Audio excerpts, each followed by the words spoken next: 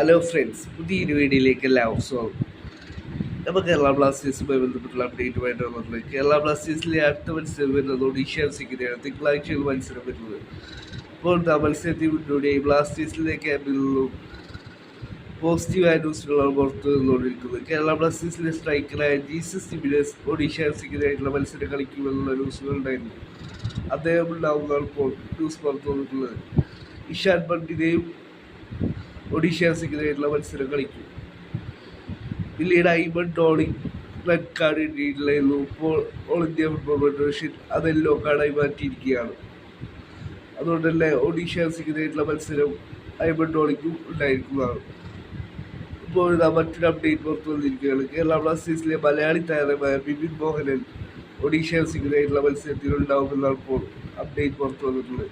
ബിപിൻ മോഹനാണ് നാളെ നടത്തുന്ന പ്രസ് മീറ്റിൽ കോച്ച് TG പുരുഷോത്തമനോടൊപ്പം പ്രസ് മീറ്റിൽ പങ്കെടുക്കുന്നത്. ഒരു പക്ഷേ ഫസ്റ്റ് ലെവലിലോ അല്ലെങ്കിൽ സെക്കൻഡ് ഹാഫിലോ ബിപി മോഹനെ പ്രതീക്ഷിക്കാം. എന്നാൽ പോസിറ്റീവായ ന്യൂസുകളാണ് പുറത്തു വരുന്നത്. എന്നാൽ മാച്ചിലും പോസിറ്റീവ് റിസൾട്ട് ബ്ലാസ്റ്റേഴ്സിൽ നേടിയെടുക്കാനേ സാധിക്കുമെന്ന് പ്രതീക്ഷിക്കാം.